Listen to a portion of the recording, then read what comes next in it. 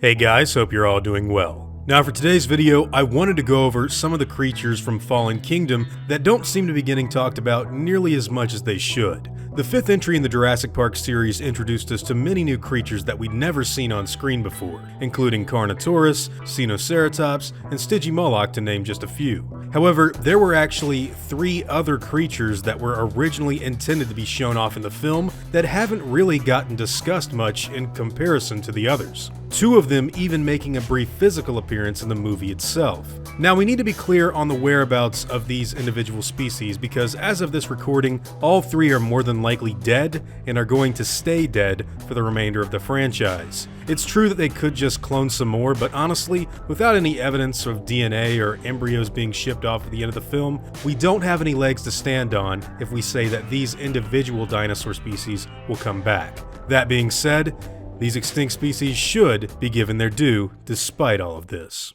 And the first creature in this category that I'd actually like to talk about is the Deinosuchus. Now for those of you who don't know, Deinosuchus was a large crocodilian animal that probably preyed on hadrosaurs millions of years ago.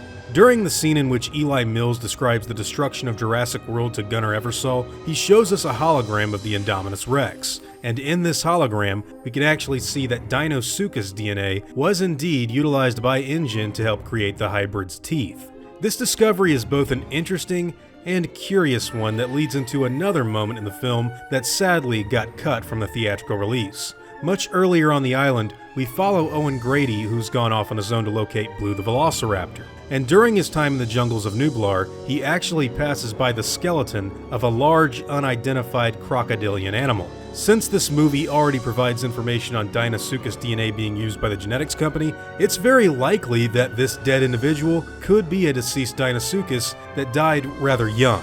Now, as far as we know, there hasn't really been any indication as to where this creature fits into the universe of Jurassic as of right now, apart from the obvious part it played in the creation of the Indominus Rex. But as far as I'm concerned, it at the very least needs to be talked about in the fandom. The next creature I wanted to talk about is one that was actually shown off early in trailers for the movie, and it can actually be seen in an unrelated portion of the final cut. This dinosaur is named Peloroplides, and it's basically an extinct ankylosaur that used to live on Nublar. Now, we first saw this animal while the caravan was driving into Jurassic World in early promotional footage for the film, which has since been trimmed from the release that we all got to see. However, we actually did get to see another dead specimen incinerated by lava right after the Sinoceratops wakes up Owen Grady. There's really not too much to say about this animal though because we don't really have too much to go on. The same cannot be said about the third specimen on this list. In earlier versions of Jurassic World Fallen Kingdom, a small tyrannosaurid creature was going to have some bits of action on Nublar during the volcanic eruption scene. This particular species was revealed to us as being a Teratophonius by the special effects company that worked on the film. And yes, just like the 2 previous entries on the list, a carcass of the animal was shot for the movie during production.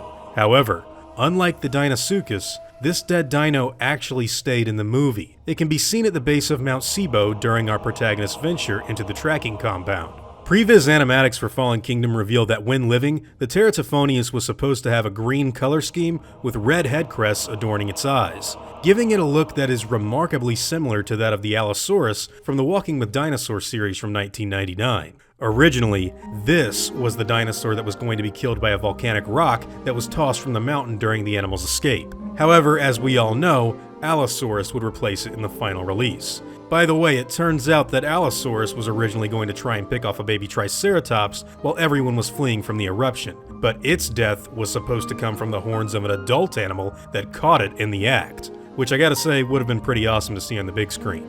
And there you have it. Those are the 3 creatures from Fallen Kingdom that we actually get physical representation of on screen that sadly have gone extinct. Out of curiosity, I'd love to know what all of you guys think about this diverse group of relatively unpopular animals. Which one would you like to see make a comeback more than any other? And which one do you think deserves to come back the most? Whatever your thoughts and opinions may be, I'd love to hear them in the comments down below. Now before I go, I want to thank all of my game wardens, as well as all of my InGen executives.